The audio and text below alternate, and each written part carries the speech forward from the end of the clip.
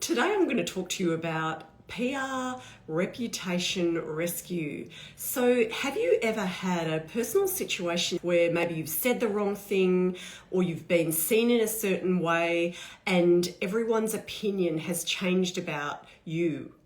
And sometimes feels like it's really hard to get control of the situation.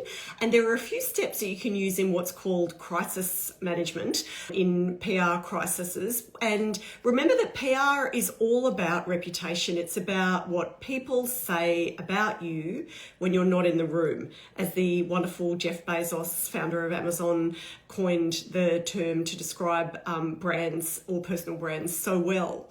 It's what people say when you're not around. So when it comes to a PR crisis, it's all about not what you say, but how you say it and the underlying behaviors and demonstration of integrity that is going to help you repair the situation. And I'll just give you a personal insight around this because I can remember many years ago in 2001 when a person that I really love made a massive blunder and did a public demonstration or speaking on a public forum in a way that shocked the audience very much, and they changed their opinion largely because what was said was kind of inappropriate and not suitable for that forum. And because I'm a PR expert, they came to me, the speaker came to me and said, what should I do? And it's really important when this happens to you because no one is immune. It will happen either professionally or personally on a small scale, I hope, or on a bigger scale. And what you've got to be so mindful of is being very authentic and being very quick to respond and putting yourself in the audience's shoes. Don't focus on the ripple effect of what has happened. Because if you do this on a public platform, there's no stopping it nowadays. It's very different to 2001. With digital media, the speed at which bad news travels is out of control. So one has to take a step back, and I've got two really good examples for you from current events that are really great demonstrations of what to do and what not to do when you have a PR crisis. So as I said, no one's immune to it. And take how Elon Musk made an enormous brand blunder recently on a global scale. And what he did was an inappropriate physical gesture, and it was made without any forethought or planning. And it was followed by casually shrugging off the backlash and the response from the public and the media as well. And if for just one moment we turn our attention away from the gesture, the physical gesture itself, what has deepened the wound is how Musk managed the situation and the fallout. And he really chose sarcasm and shrugging it off rather than acknowledging what had happened and taking any accountability for his role in what had happened.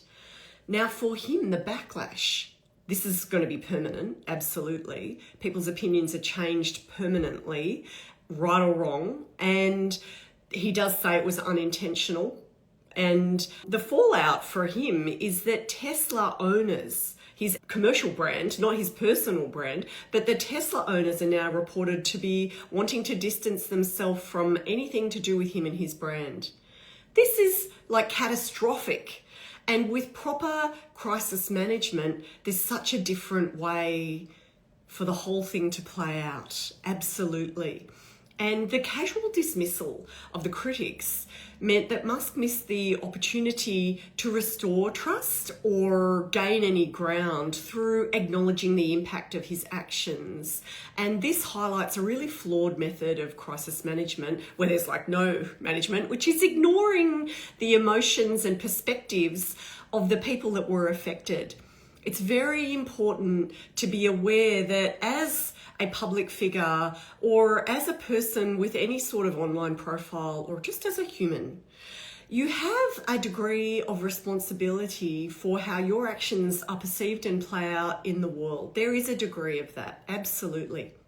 So that is very much what not to do, is remaining so distant and lacking empathy toward the audience. And on the other hand, we had the Australian Open tennis. And there was a bit of a scandal when commentator Tony Jones appeared to give very inappropriate words in his coverage. And he had given a lot more thought on how to approach the crisis that his reputation went through. And after the backlash to his inappropriate remarks about Novak Djokovic, Jones made both a private apology, totally off air. It was behind the scenes. It's been reported to have happened.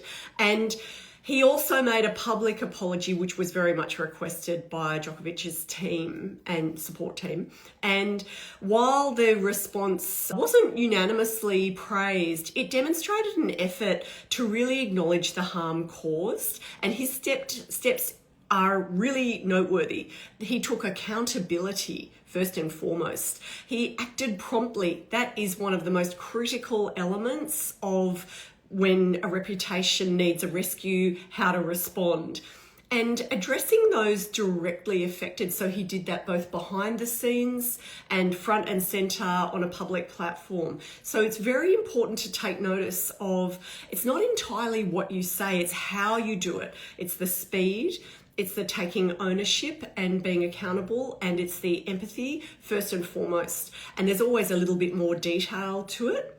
So some of the key takeaways are, in a crisis, you can start by assessing the situation, really seek maybe some external objective opinions around what has taken place and what are the facts and what are the current opinions and responses. Acknowledge your role in this and what contributed to the negative backlash, and then to really act swiftly. This is so critical because timing is the essence, absolutely, with everything to do with reputation and relationship, which is what public relations is all about. And also use your public platform, use it really well, and know that people value sincere words rather than defensiveness or disregard for their perspective. Even acknowledging a perspective that you don't agree with would have a lot of currency for sure. And a strong response is not about perfection, because you can't please everybody, can you? It's about taking accountability and really meaningful action. So sometimes there are ways that you can make up for what has taken place.